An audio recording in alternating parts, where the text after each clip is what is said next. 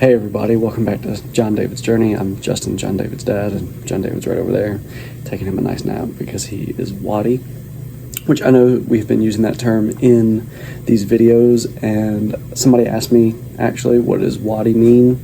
WAT stands for Withdrawal Assessment Tool, and it is what they use in order to gauge how bad the withdrawals are, ranging from 0 to 12. Anything above a 3 typically gets a rescue morphine to kind of calm them back down, but we are trying to avoid that, and I'll talk more about that when we get to it here in a little bit. But again, he's had a pretty waddy day, and so because of that he's been very sleepy and been wanting to sleep, so I'm gonna let him sleep back there. Now, that being said, today also is when Jon David has turned 2 months old, so we are very happy that he has hit his 2 months. And if y'all remember, for those of you who've been in the journey since the beginning, we had the Facebook group, and when he turned 1 month old we made this post, and it says basically what his first month was, which in his first month he had 503 labs, he had 79 x-rays, he had 13 echocardiograms, he had 8 ultrasounds, 8 CTs, 6 EEGs, and 6 surgical procedures. So those are pretty busy first month. His second month has still been busy. In April, he's had 262 labs, 45 x-rays, 5 echoes, 2 ultrasounds, a CT, 3 EEGs, and good news, no surgical procedures. So we are happy that April has gone better than March. But in total, since this journey has begun, he's had 765 labs, 124 x-rays, 18 echocardiograms, 10 ultrasounds, 9 CT scans, 2 MRIs, 9 EEGs, and the 6 surgical procedures. So that's quite a lot in the last 2 months, and again, quite a lot for just a 2-month-old. So, and that's light for anybody, but really a whole lot for a 2-month-old. So, that being said, I just wanted to say happy 2 months to him, which I think he is starting to wake up again a little bit from the waddiness. So I'm gonna go take care of him, and I'll be right back. Hey, so this has been his way of dealing with the withdrawals primarily, is being held and snuggled. And you'll see that in the pictures and the clips here at the end of the video tonight. But this is his coping mechanism. He enjoys the snuggles, and we sacrifice ourselves, we volunteer as tribute for this. So, you know, we are the unwilling victims of the snuggles. I'm being facetious and sarcastic, of course. We love this. So, that being said, let's get into his update today. So he started the morning at 5 liters per minute over 50%. He has now ended at 5 liters over 45%. So we've had an oxygen wean today, which is good. Also, he took out his pacing wire, so it's a piece of equipment that's gone.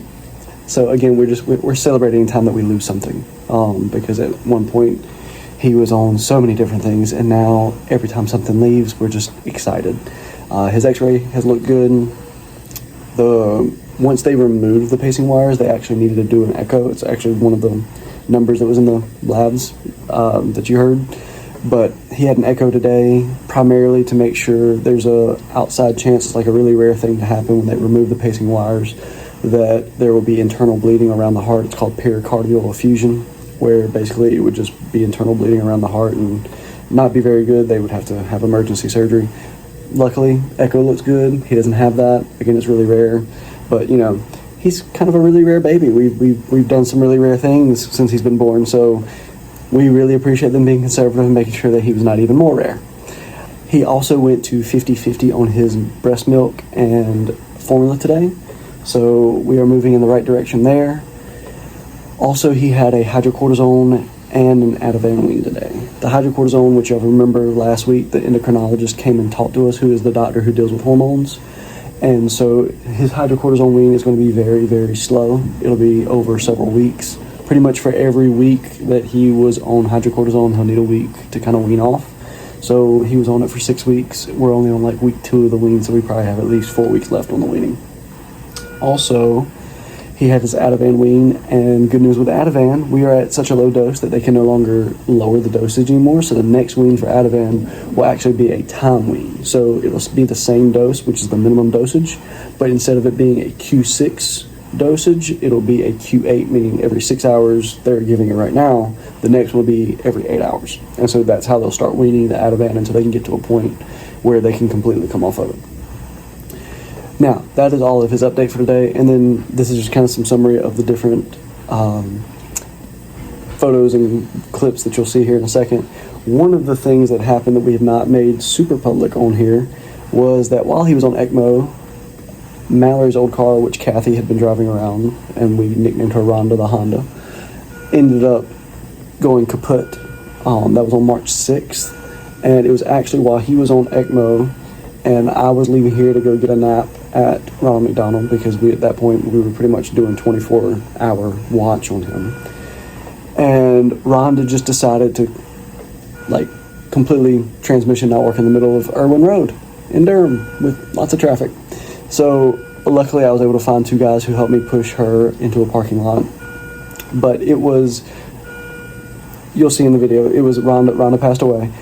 Kathy has been cleaning Rhonda out to get rid of her and found a really old picture, which you'll see right here.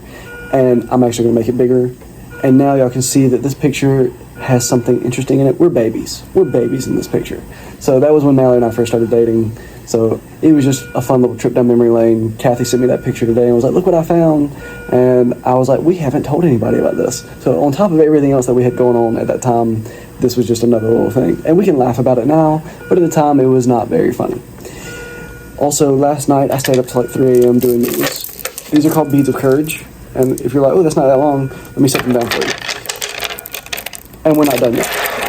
We still are missing quite a few beads. So I'll make a video explaining what all they are and what they mean, but every bead signifies something to do with his journey and how long he's been in the hospital and different actions that have been taken while he's been in the hospital.